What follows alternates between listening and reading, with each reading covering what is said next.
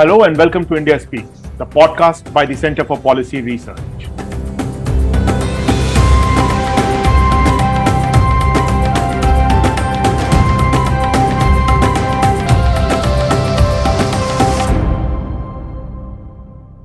I am Sushant Singh, Senior Fellow at Center for Policy Research. You are listening to our special series titled Spotlight South Asia that brings leading experts from India's neighborhood to make sense of that country's political, economic, and social developments and what these developments mean for India. Our focus today is on a country much in the news, Sri Lanka. And my guest today is Dilrukshi Handunnetti. Dilrukshi is an international award-winning investigative journalist and a lawyer from Sri Lanka. She has worked extensively across South Asia, and her work has appeared in The Guardian, New York Times, Al Jazeera, The Humanitarian, Mongabay, and many others. She works closely with media rights and human rights organizations, especially with a gender focus. She is the co-convener of South Asian Women in Media, Sri Lanka Chapter, and functions as the executive director of the Colombo-based Center for Investigative Reporting. Dilrukshi, welcome to Spotlight South Asia. Thank you, Sushant. It's great to be talking to you. Dilrukshi, to begin with, are you happier and more satisfied than what you were, say, 2 months ago about the situation in Sri Lanka? I wouldn't say so because there were some expectations with the change at the top leadership, political leadership. There was an expectation that the focus would be on providing essentials to the Sri Lankan community. And I'm sure we are such a big global story in terms of the long queues that we are experiencing for fuel, gas, and the fact that our public healthcare system, which is one of the best in our part of the world, has collapsed. And, if there is another COVID-19 event or any other public health emergency, Sri Lanka is incapable of facing something. And then the food shortages, which is driving malnutrition, is also another problem. So these were the real problems, Sushant, I think.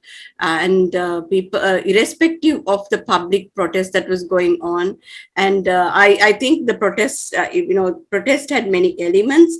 And if you kind of break it into at least two threads, one is deeply linked to the economic perils and the issues that people were facing. So those questions have not been answered, or even if the government seems to be, talking to other countries seeking support and getting these supplies streamlined, we don't feel it because of the oppression, the suppression that people feel.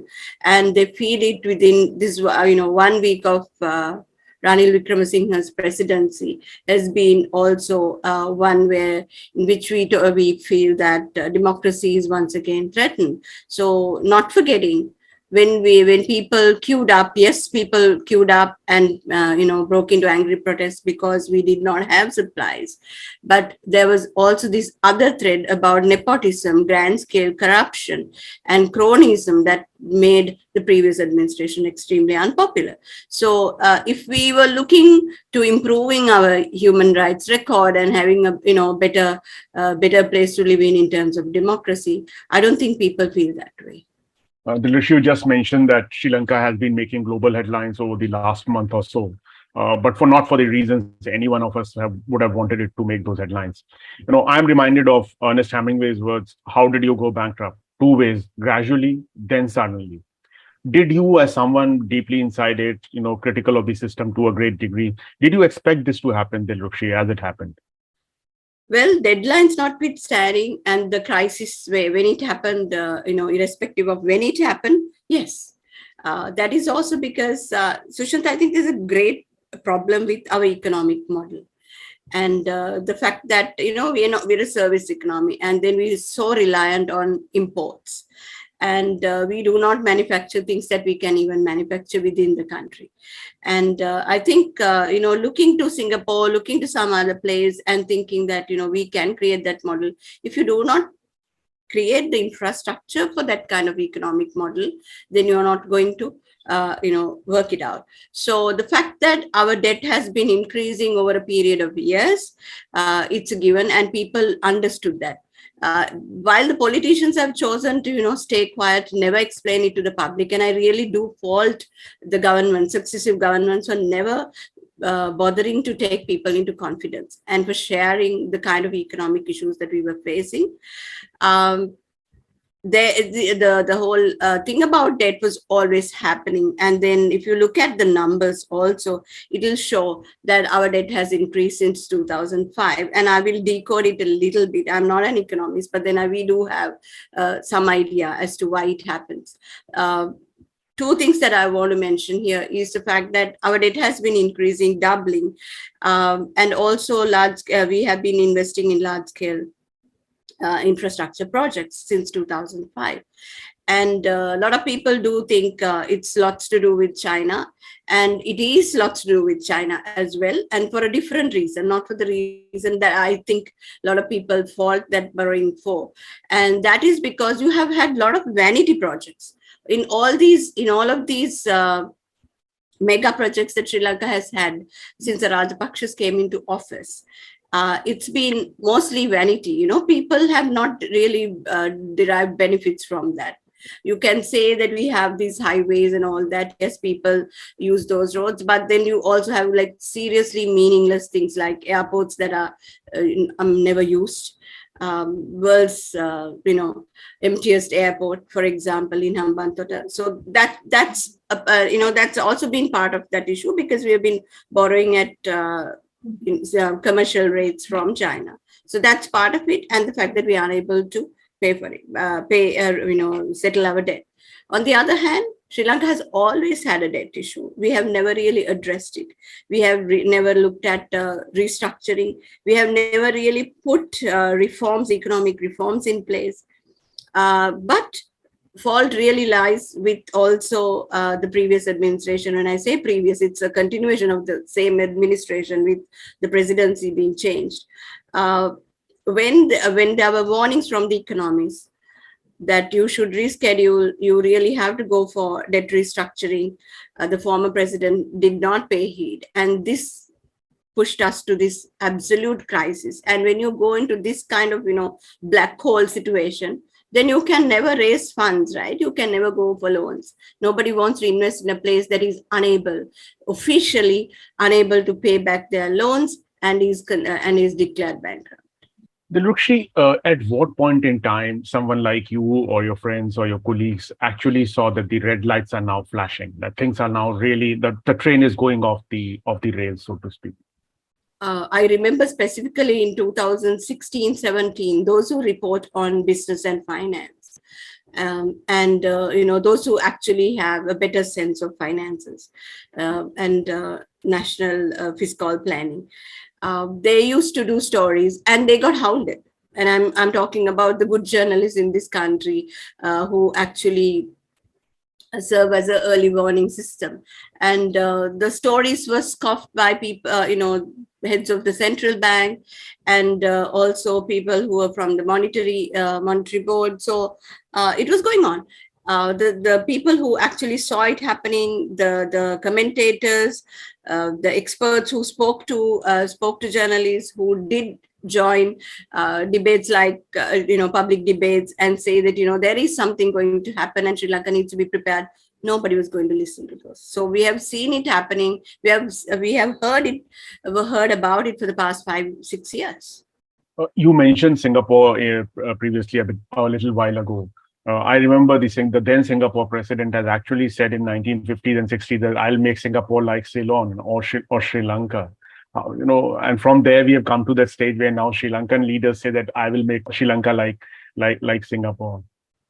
Well, yes. So that also indicates what Sri Lanka would have been endowed with, naturally and otherwise, right? And Sri Lanka's public health, education, there are several things that are really working very well for this country. And because of this crisis, it's like, you have your entire foundation blown away, and that's a scary part, because Sri Lanka's foundation has been pretty strong. Its debt status notwithstanding, its literacy, its access to education, child mortality, all of these things are phenomenally good, and all near first world standard, and sanitation and all of that. So how do you take this? How do you assess the collapse that has been precipitated by the political leadership this country has? I think that's the story. Probably it's about Singapore having the right political leadership. You build it from nothing. We all know who came and built Singapore.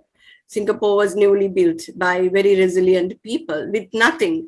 So here is a country that had so many things, but did not have the right political leaders to build it to that. So I think we are a huge contrast, and it's quite tragic that we have to look to Singapore and say these things when we had many things naturally endowed, and we have never maximized on the benefits we already had.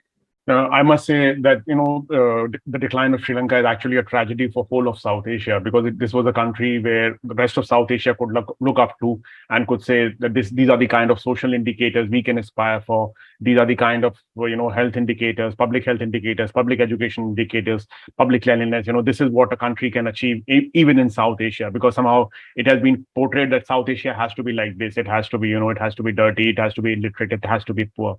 The per capita income of nearly $6,000.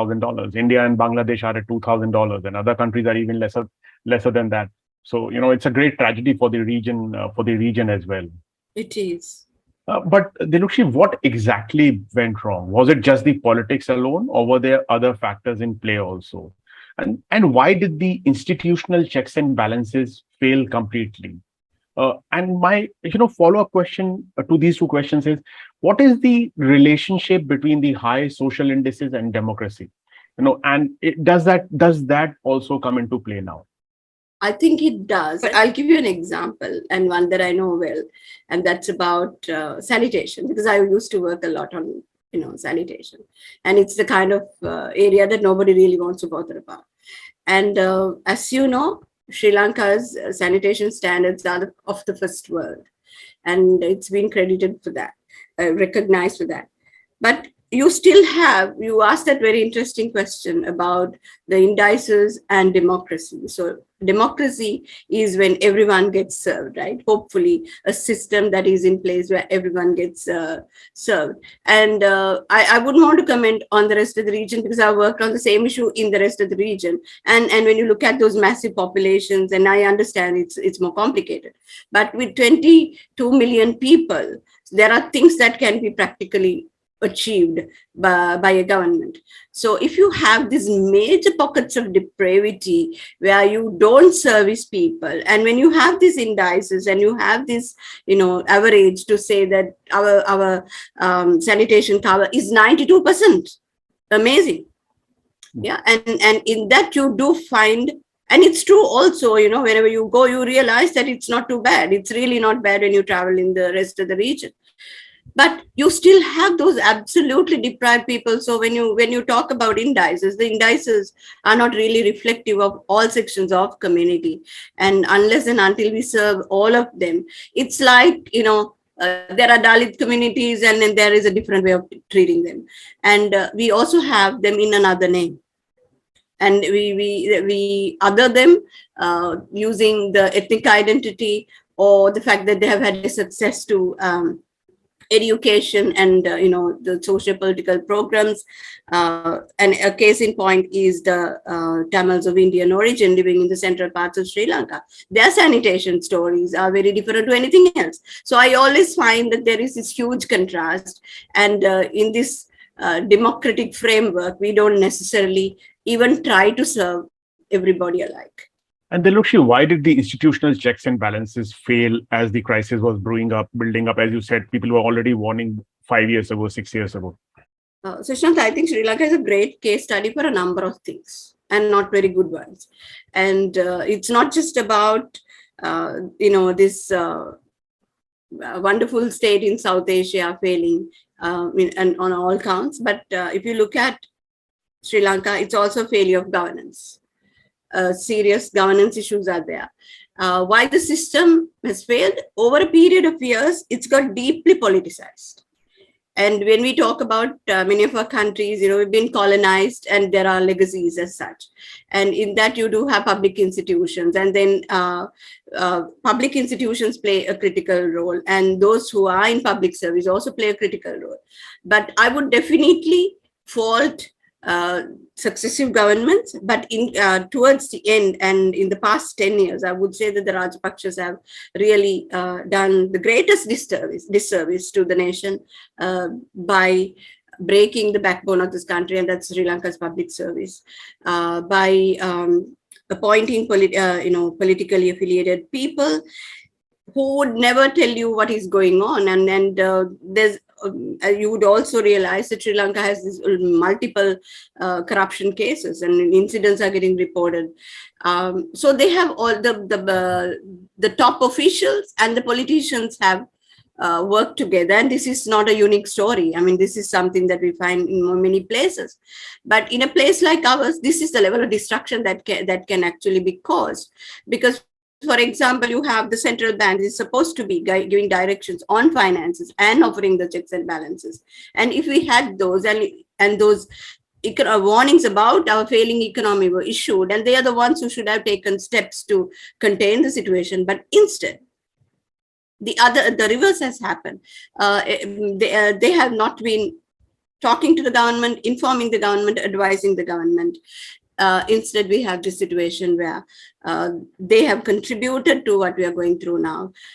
So there is great governance concerns as well. So when people protest, that's the other thing. People think globally, a lot of people think it's about the fuel, it's about the gas and food and medicine. Yes, it is. But the other issue, and why the middle class people who can still manage a certain kind of life. Of course, everybody's really, losing the standard of living, experiencing a decline in the standard of living. People also saw this connected to real systemic issues. And one example would be, we also had a 19th Amendment introduced during the President Sirisena's time.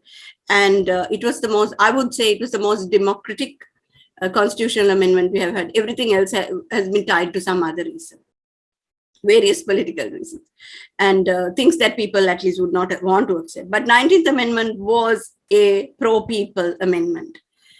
And when the Rajapakshas came, they rolled it back. And once again, strengthened the executive presidency.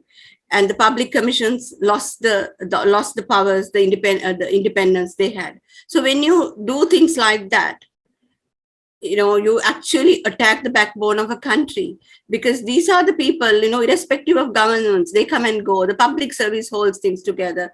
The police holds law and order together. So you need to keep these institutions independent. So we have done things like that in the past few years. So if there was a gradual decline, we have precipitated that decline. And that is also one of the key reasons why people protest. And one of the key reasons why people call for the changes in the system itself. This debate does not seem to come out because the politicians do not want to address that call for systemic change where there is transparency, accountability. So these are not just words. Sri Lanka is really paying the price for not putting those checks and balances in place and holding its leaders accountable for what they have done. And in any change that Sri Lanka is looking to in the coming years, I think we really need to drive systemic change. You spoke of the protests, Dilrukshi. How would you describe them? You spoke of some of the triggers, but what was the real catalyst? How did these protests get organized? Was there a role that the media and the social media played, and how the public support was galvanized? I'm also curious to understand, why did the security forces, the army and the police, refuse to take on the protesters or stop them, as they were seen to be loyal to the Rajapaksas, and Rajapaksas were seen to be this great military people, a retired former general being the president himself? So the fact that a lot of us saw the protest only when social media activists, Colombo-based activists gathered right in front of the presidential secretariat. But long before that, since last year, protests started, and I always say this, they were very organic. The protest started when the then President Gotabaya Rajapaksa decided overnight that he would ban chemical fertilizers, use of chemical fertilizers in Sri Lanka. And even before that, environmentalists have been protesting about Sri Lanka has a pretty strong environmental lobby. They have been protesting about, many issues connected to environmental law violations. And a case in point is, issuing permits to extract sand and then have access to forest resources. There are limitations, and then there are laws that are governing the having access to natural resources.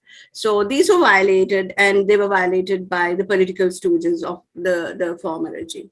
And so protests started like that. And then, if you have the environmental lobby protesting, then it becomes one group of people and not everybody's heart is in it, right? So it doesn't become something. But even though these issues really impact all of us as citizens. And when farmers started protesting, the second phase was the farmers. And that was critical because there was a serious policy misdirection by the former president. And I would think that as a policy, it's a good thing if it is doable, but it should have been phased out. You can't suddenly decide that we're just going to go organic overnight and then create such a crisis. We have 2 million farmers in this country, and that's a lot of people.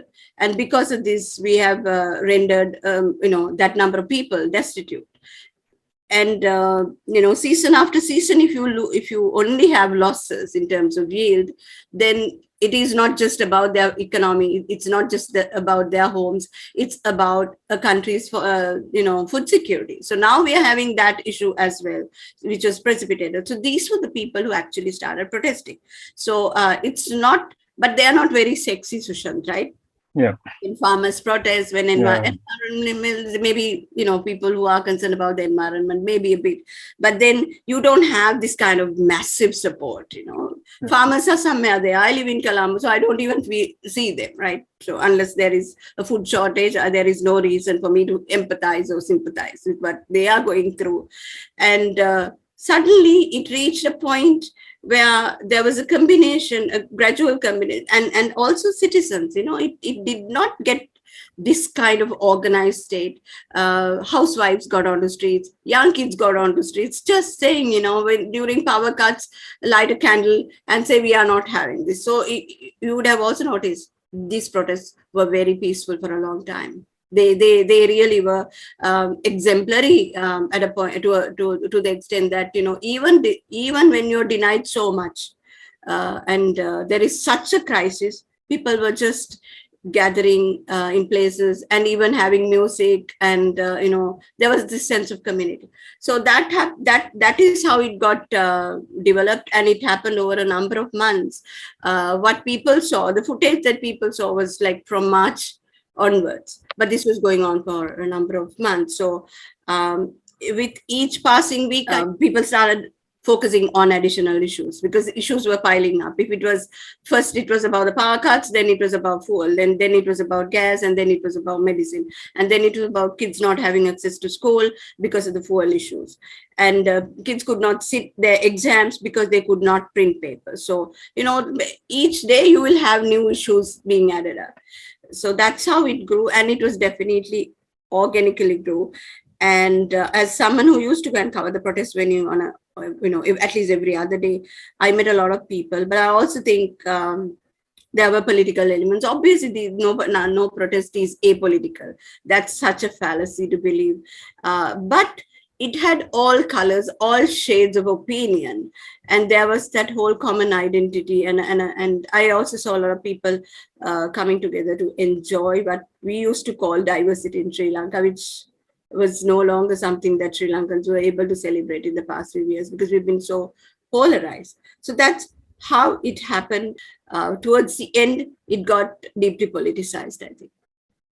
And what about the police and the security forces and the army not really taking on the protesters? It's been something very interesting for us to notice, but I think a couple of things that can be said about the Sri Lankan army.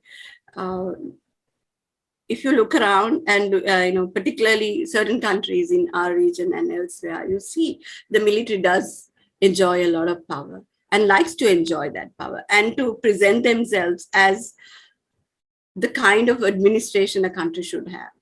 There was, I think they broke a myth, and this is something that we debate a lot, because there was this talk about military coups and how they might take over, how they might also contribute, and how they might drive the government out of office, whichever government. But you don't see that in Sri Lanka. You actually see an army that is acting differently. Of course, there have been incidents in recent days, and they have been criticized. But people also, I think, generally have to understand there are two things. In maintenance of public order, there is a role for the law enforcement agencies and the military. And the other thing is they also have their own laws, right? So they work within two spheres. I saw a lot of citizens not understanding this and asking them to be, to join the protest. And the fact that, it's the kind of line that they cannot cross. And this was not understood. And that also led to some tension between the protesters and the military. But I think overall, until Vikramasinghe took over, and I'm able to say this, the military did give some kind of exemplary leadership, unusual, because you also know in Sri Lanka, people talk about war crimes, and the military is seen in very different ways. But they obviously did not align with the political forces. And I would also think they're also human beings. They probably understood and felt the same thing. Their homes, they are also people. So they at home, it's the same situation for them as well, right? So it's a political crisis. It's a failure of governance. It's domestic, in your own home, you are experiencing these things. I think these reasons probably would have contributed to that understanding. And they were not violent. They wanted to, they were talking, they were actually engaging with the people to say that, be sensible. I was very pleasantly surprised to see officers talking to people and saying, you just protest, but don't create violence. And that got a lot of respect, and those officers have already paid the price for doing that. So I think the expectation of the state was that they would turn against the protesters. But in these great, very, very difficult times, and I think if the police and the army can show restraint and show empathy to an extent, without getting too much mixed with all of that, because it's not possible, because if you're a service person, I think it calls for great restraint. And I think most of the time they have shown that. Dilrukshi, you spoke about the protests and the widespread participation. Was there really participation of Tamils of Indian origin and minorities like Muslims in these protests? And was it widespread, or was it just symbolic in that sense? It's a very interesting question, Sushant, because it's something I've been trying to decode myself a lot. So I've only been to the Colombo-based protest venues. I've gone to several, and I met a lot of people, different age groups, different levels of professionalism, from housewives to judges I have met. So they were not extremely visible, but people felt very strongly that there was a need for systemic change. So in that, I met all kinds of people. So because I could not travel to the central parts, I did not necessarily see how the Tamils of Indian origin contributed to that. But those who are in Colombo, I saw some of them joining, and they were there. But the Muslims, certainly, because in Sri Lanka, if you look at how targeting, victimization, discrimination has taken place, first it was the Tamils, and now it's, in the past few years, it's there's a lot of Islamophobia in Sri Lanka, so it's shifted to the Muslim community. So I understood that they felt the stress, they felt the need to connect with the other communities. So I saw significant participation of the Muslim community, the Sinhalese, of course. We formed the majority community in the country. And but the interesting bit was about the north, Sri Lanka's north.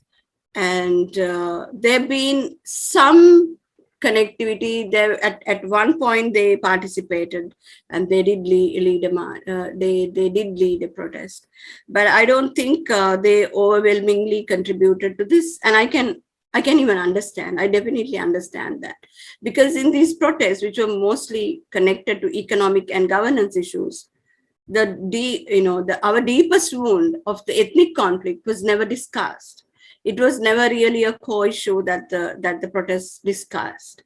And while we talked about the governance matters, we never talked about reconciliation and justice for the missing. So whatever the issues that that should resonate with the Tamil people of the north and the east were not really represented in these protests. And secondly, I also saw very interesting, in the Twitter feeds, where people, the Tamils would say like, so you are experiencing it now, the blackouts, the control, the lack of access. So we have been having it for decades. So it's new for you, but it's nothing new for us. So it's got normalized for them. It's another world. And I think the Sinhalese are learning that in another corner of this country, that people have really survived without the basics in place. And there are many lessons to be learned from that. And nobody can fault them for not contributing to this. Dilrukshi, are the people broadly happy with what has been achieved? I know you believe that, you said that the current administration clearly is not what they wanted. How are they going to ask for more? Or is Sri Lanka doomed to be in a period of political instability going into the future? Well, the one thing people could have expected, for, I think, irrespective of the way in which we have got this new president, but it's a constitutional appointment. I think people have to make peace with the fact that this is not the president people may have wanted, but it is a constitutionally correct appointment. There is procedure laid out, and he got there, without violating any constitutional provisions. But there were two things to be expected. And when I spoke to people, and I think that's a great way to be informed without sticking to my own possibly biased opinion about things. People expected him to come up with a technical response to the economic crisis. And this is not to undermine or say anything without great knowledge about it, whether he's working on it or not, but we don't feel it. What we feel right now as a country is the oppression, the suppression, and the excessive use of the law, using the military, using the police. So that's what we see. So I think the technical response was one thing. And the second thing is connected, despite all the issues, to his previous role as Prime Minister under President Sirisena's government. When some of these democratic reforms were pushed, civil society felt that it was possible to push the envelope to an extent. And there was this expectation that it would still become possible, because while you come up with a technical solution to what we are going through in terms of economic difficulties, that there would also be a possibility to address the democratic deficit in this country. I don't think they're separate, because this economic crisis is deeply linked to a political, social, democracy-related crisis. So when you have all these multiple issues, you have to find multiple answers, and the approach also has to be multi-pronged. So that really has gone missing. And that's quite a tragedy, whether we are going to be in this deep, dark state for a long time. Again, I think if the new administration actually started focusing on the real issues than focusing on protesters and arresting them and going after them and framing charges, which is exactly what is happening right now. And it's been 1 week of hunting people. And so instead of that really was not the expectation. While there is no expectation that a government, any government, would be empathizing with protesters, you'd actually expect them to engage with protesters, ask them to be, have representation, listen to what the issues are, like what their demands are, and at least engage them in a conversation. Now that has not happened. And to say that you guys have been burning this place down and we don't talk, that is really not the way to go forward. I really strongly feel about that. And the other thing is, if you want to get out of this difficult situation, you definitely want to have, as promised on July 9th, this was the promise of the then Prime Minister, who is now the President, that there would be an interim multi-party administration. We are not too sure about the interim. Since his election, we haven't heard the interim from his mouth. We have been hearing it from other people. If it is in the interim, it needs to also be very, very representative. When we say representative, it needs to be ethnic, expertise. There has to be representation of expertise, ethnicity, region, gender. There isn't a single woman in this government, in this cabinet. And this has been highlighted a lot. And how do you try to cater to such a complicated problem? And we also carry a lot of conflict-related baggage, obviously, those issues that we have never addressed in the past so many years.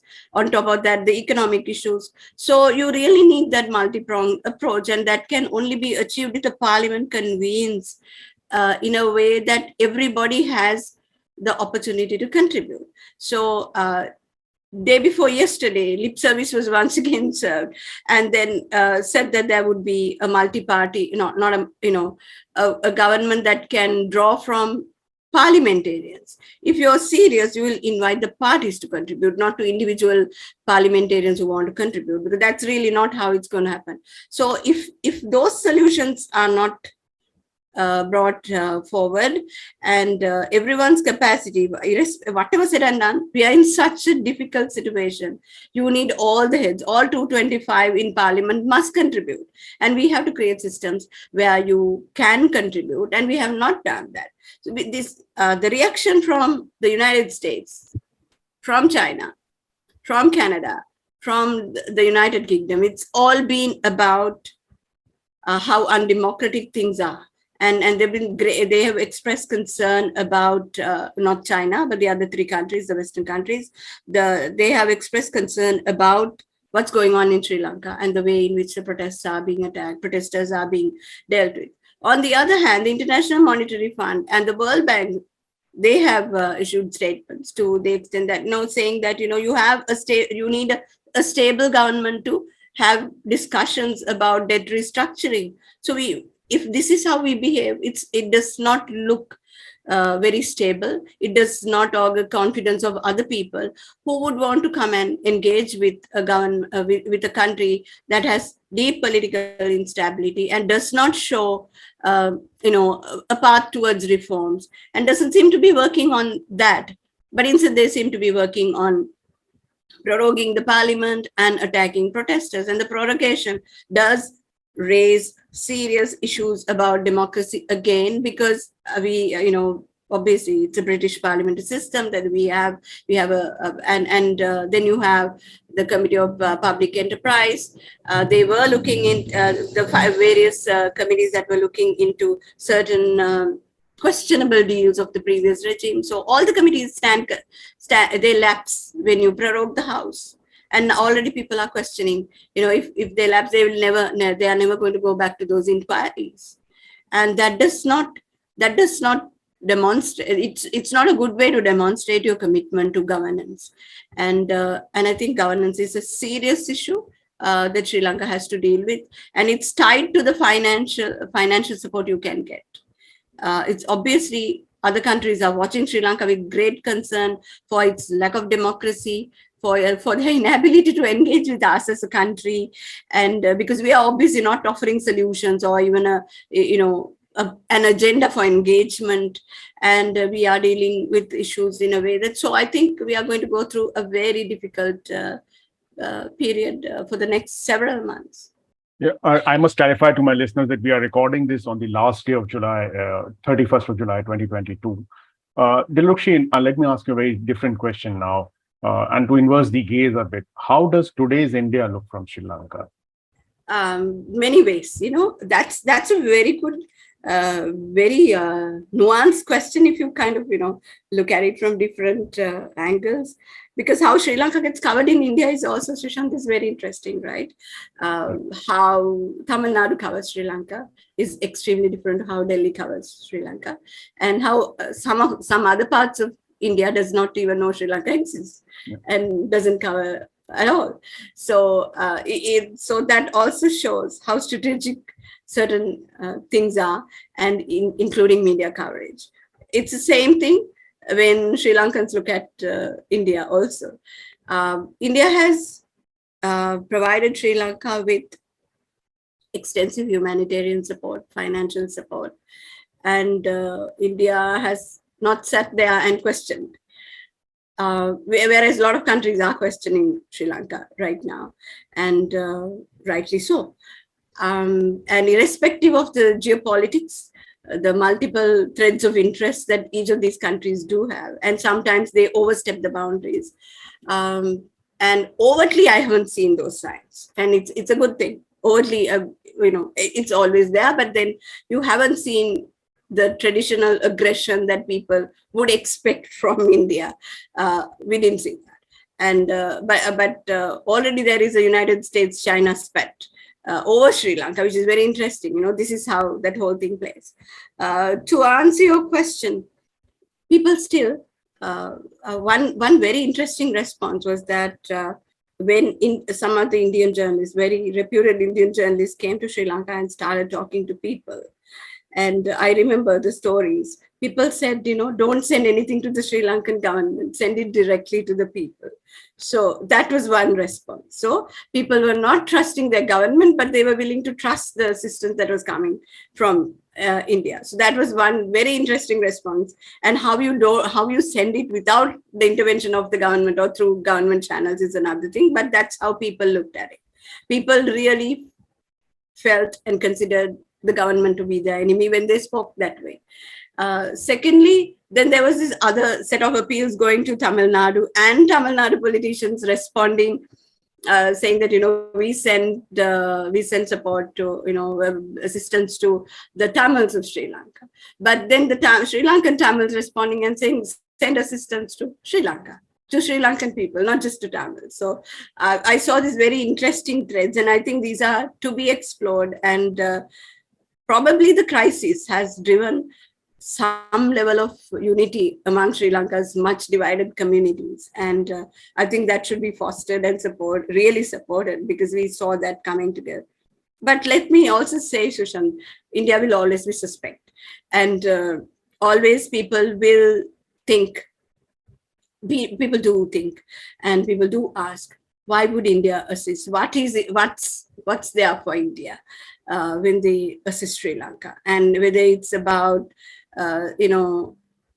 certain, we all know that there are certain things that certain countries are interested in, whether it's about strategic interest in the territorial waters and parts of the country. All those questions are very much live, and people do have issues about that. People do question. People also think. There are certain people who do definitely believe the crisis is also artificial, and it's partly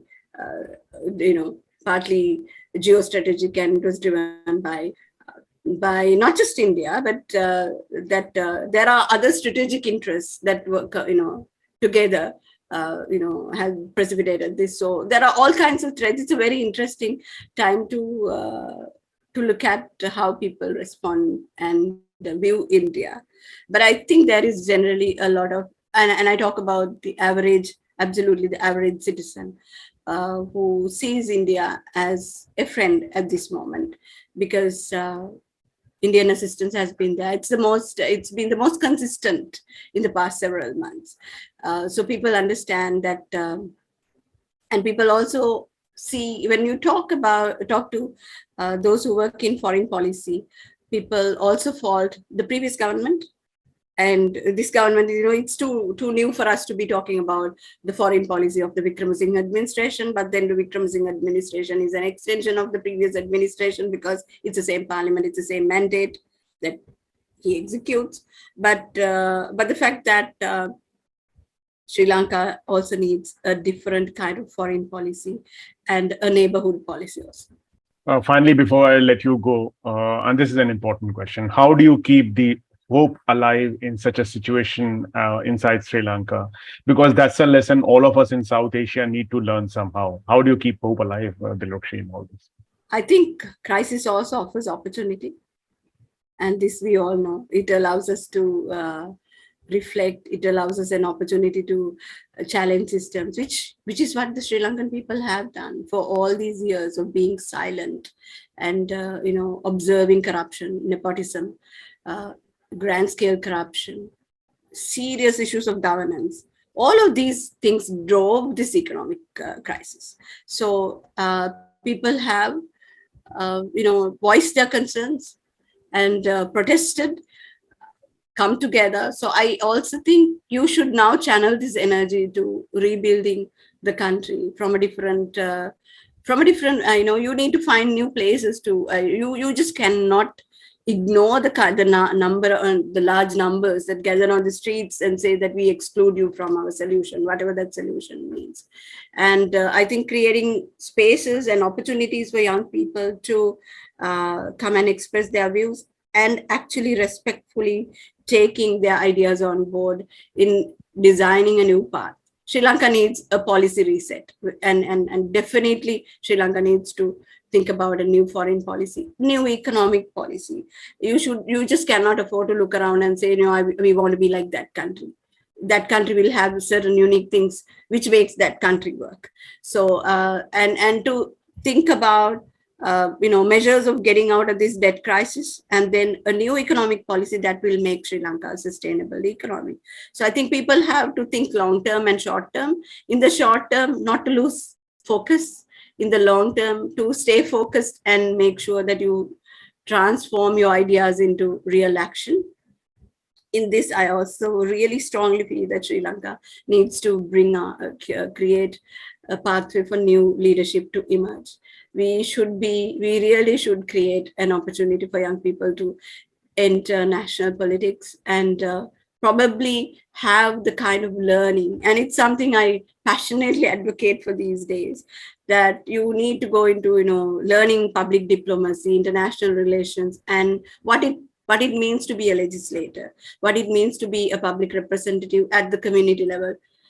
You just cannot have this nepotistic, corrupt model. We really have to create a new breed of leaders who are capable and who are able to drive Sri Lanka towards a better future. Because for the 75 years that we have, post-independence, what we have got, what we experience today, does not inspire confidence. So I think the best thing is to invest in the next generation and give them an opportunity to contribute and get a policy reset genuinely.